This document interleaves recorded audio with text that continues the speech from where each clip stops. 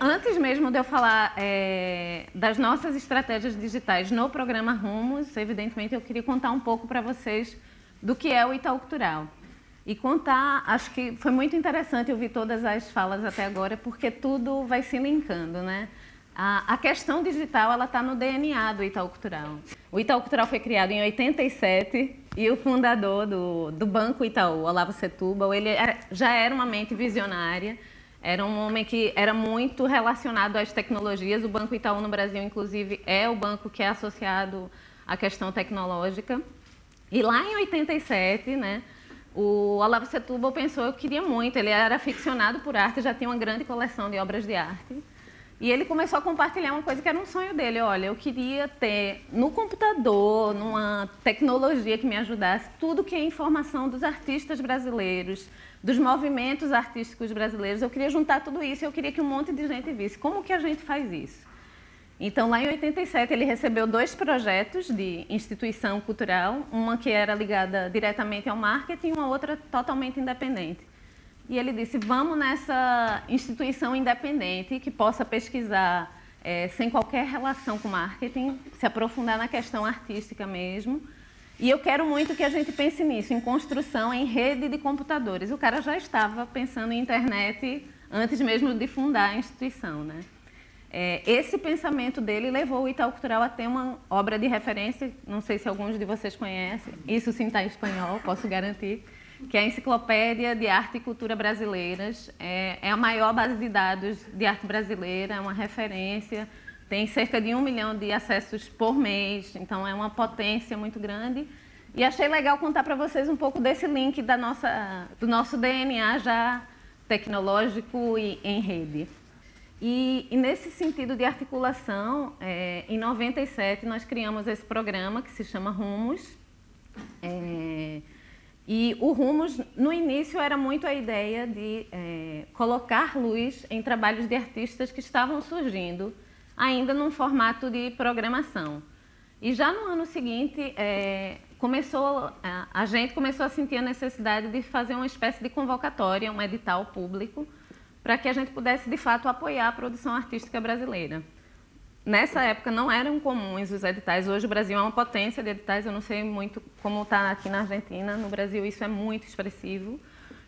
Mas nos anos 90 quase não tinha iniciativa nesse sentido. E uma das iniciativas que começamos foi na produção de documentário. Então a gente se sente muito feliz de ver que, de alguma forma, o Itaú Cultural potencializou essa produção no país, né? Pois bem, começamos há 15 anos nesse formato de edital e está um pouco desatualizado já esse número, mas enfim, nesses 17 anos, mais de 1000 artistas e pesquisadores tiveram apoio efetivo do Itaú Cultural.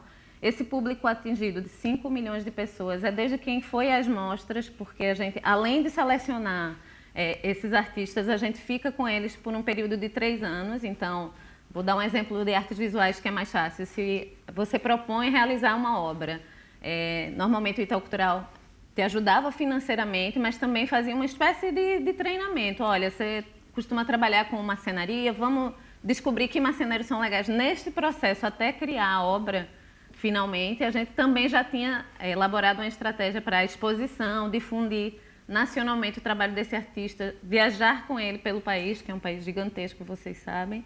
Então, o programa ele já tinha muito esse caráter, né? E aí, quando a gente completou 15 anos de programa, o nosso diretor, que aqui só o José e a Anabela conhecem, mas é um diretor também visionário, ele disse pra gente, eu não acredito mais nisso, que modelos que funcionam e são sucesso para a instituição têm que ser mantidos iguais, né? Não devem ser mexidos. Eu quero que vocês comecem a pensar, e aí ele convocou o seu grupo de gerentes, eu quero que vocês comecem a pensar como é que o Rumos pode se lançar à frente e fazer algo pelos artistas que ninguém está fazendo, que nenhuma outra instituição está apostando. E me tragam essa ideia. Então, a primeira ideia que a gente trouxe, e aqui eu acho que é bacana ilustrar como funcionava antes o programa, né? Se antes a gente fazia segmentado, agora lança um edital de artes visuais, daqui a 2 anos de música, daqui a 3 anos de outra área, a gente resolveu que não precisava mais ter essa fronteira. Vamos abrir para todo mundo que queira se inscrever, né?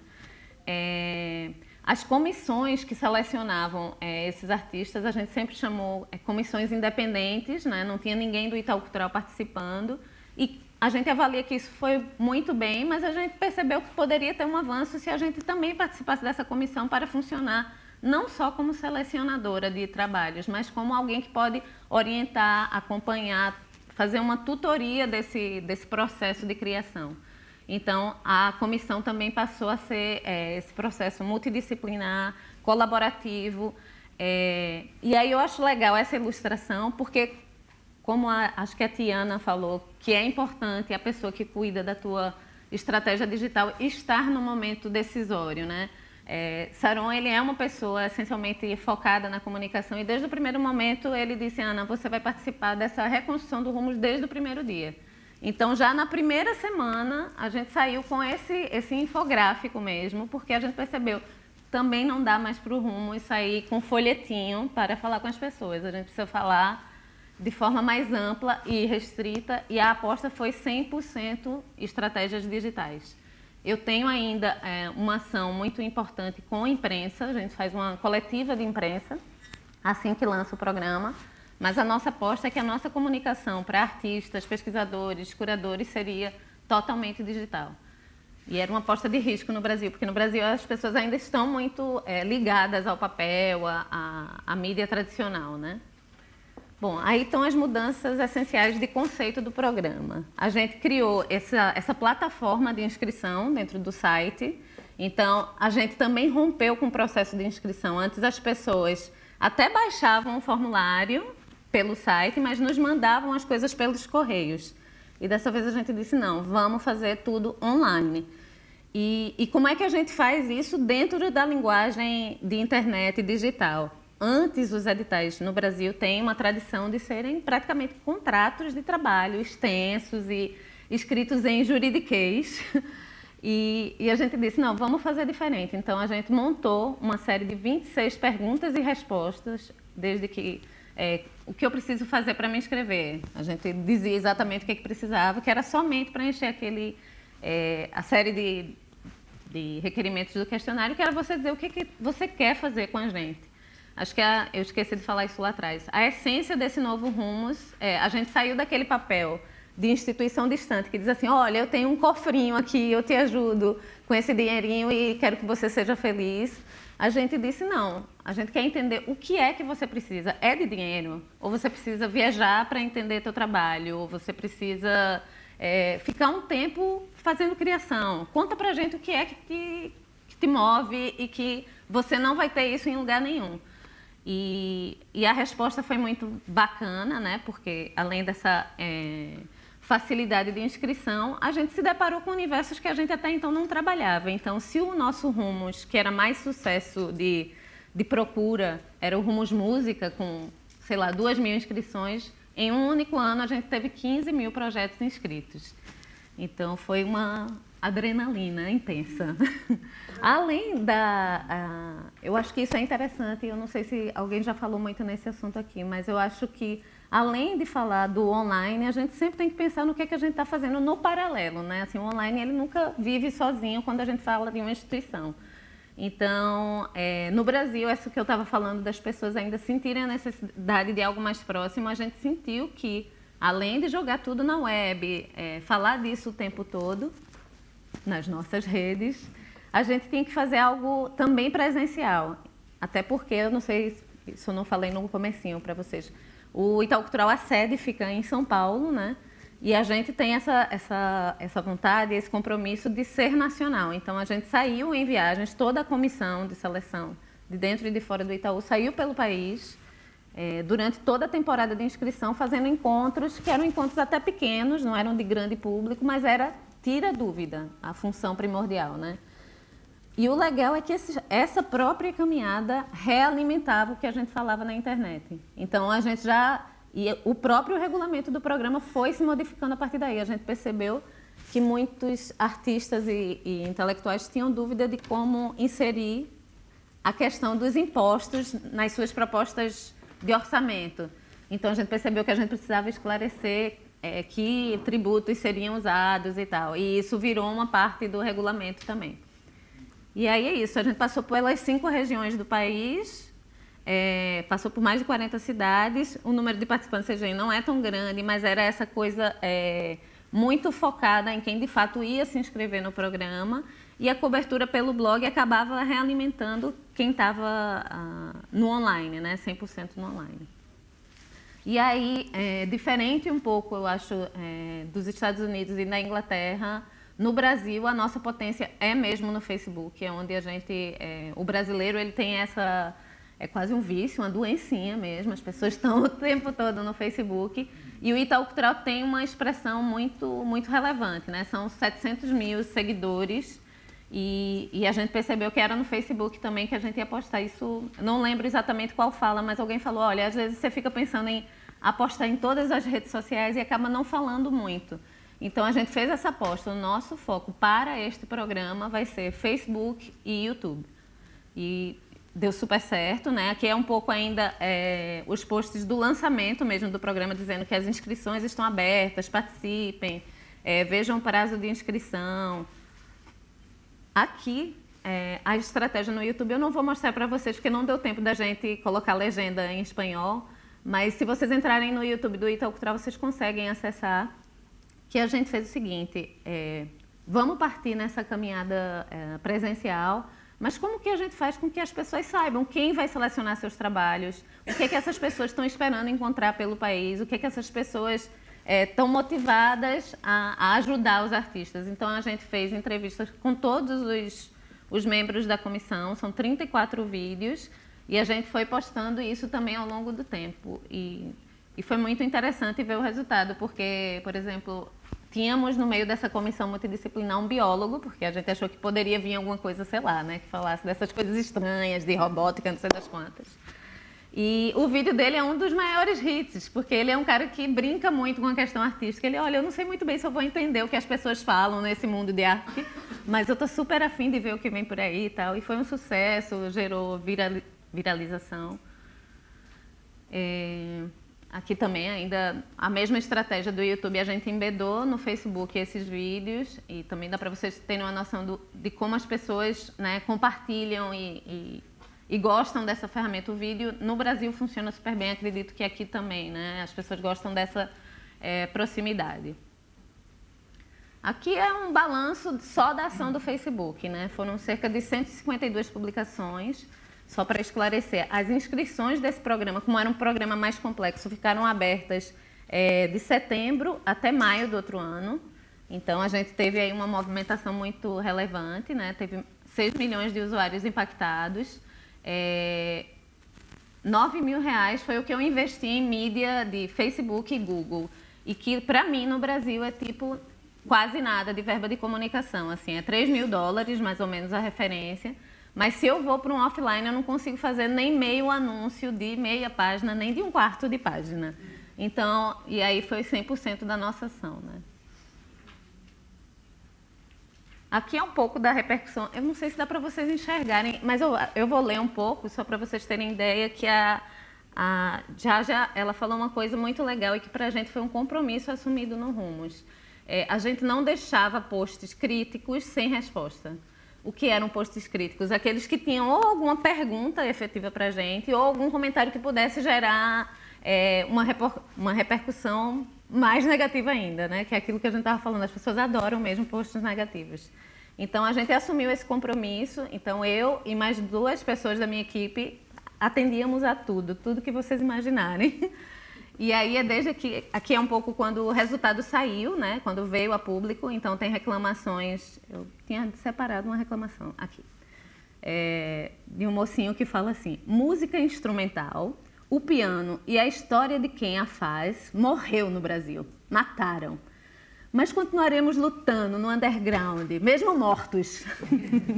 Aí a gente foi lá e disse: Guilherme, a música instrumental nessa seleção do Rumos está nos projetos Seminário de Improvisação Musical, Mutum, que é a mostra de música instrumental e culturas populares, e ainda em trabalhos focados em memória, como de Cole Reuter, 100 anos, Música, Ensino e Memória, e ainda trilhas musicais de Moacir Santos para o cinema brasileiro.